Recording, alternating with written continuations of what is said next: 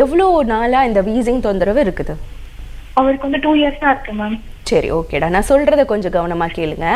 இந்த மாதிரி வீசிங் அதிகமாக இருக்கிறது, மூச்சு விட சிரமம் இருக்குது, மூச்சு விடும் போது வாங்கும் போது ஒரு மாதிரி பூனை கத்துற மாதிரி சவுண்டு கேட்குது, விசில் அடிக்கிற மாதிரி சவுண்டு கேட்குது, எந்த ஒரு வேலையும் செய்ய முடியல, நடக்கிறதுக்கு கஷ்டமாக இருக்குது, கொஞ்சம் தூரம் நடந்தாலே மூச்சு வாங்குது.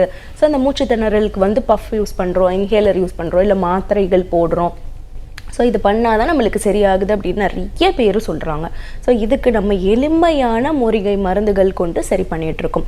தாலி சாதி சூரண மாத்திரை நம்ம நாட்டு மருந்து கடையில் கிடைக்கும், இல்லை சித்தா ஃபார்மசியில் கிடைக்கும்.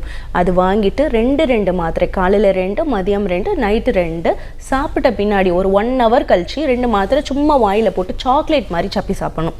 ஸோ அது என்ன பண்ணுது அப்படின்னா, அந்த நம்ம எச்சிலோட கலந்து நம்ம உள்ளுக்கு நம்ம முழுங்கும் போது நுரையீரலில் இருக்கக்கூடிய அந்த சளி ஃபுல்லாக நம்மளுக்கு வெளியே வருது. ஒரு காரம் சாப்பிட்டா நம்மளுக்கு என்ன ஆகும், ஒரு மாதிரி குழன்னு நம்மளுக்கு எச்சில் அதிகமாக சுரக்க ஆரம்பிக்குது பார்த்தீங்களா?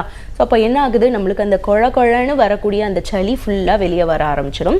தாராளமாக நீங்கள் மருத்துவரை அணுகுங்க, நாடி பரிசோதனை செஞ்சுக்கோங்க. நம்ம கொடுக்கக்கூடிய எக்ஸலண்ட்டான மெடிசின்ஸ் நுரையீரலை பலப்படுத்துறதோட நுரையீரலில் திரும்ப இந்த சளி தொந்தரவோ, இல்லை வீசிங் தொந்தரவோ, இல்லை ஆஸ்துமா தொந்தரவோ அது வராமல் அந்த அறிகுறிகளை முற்றிலுமாக குணமடையும்.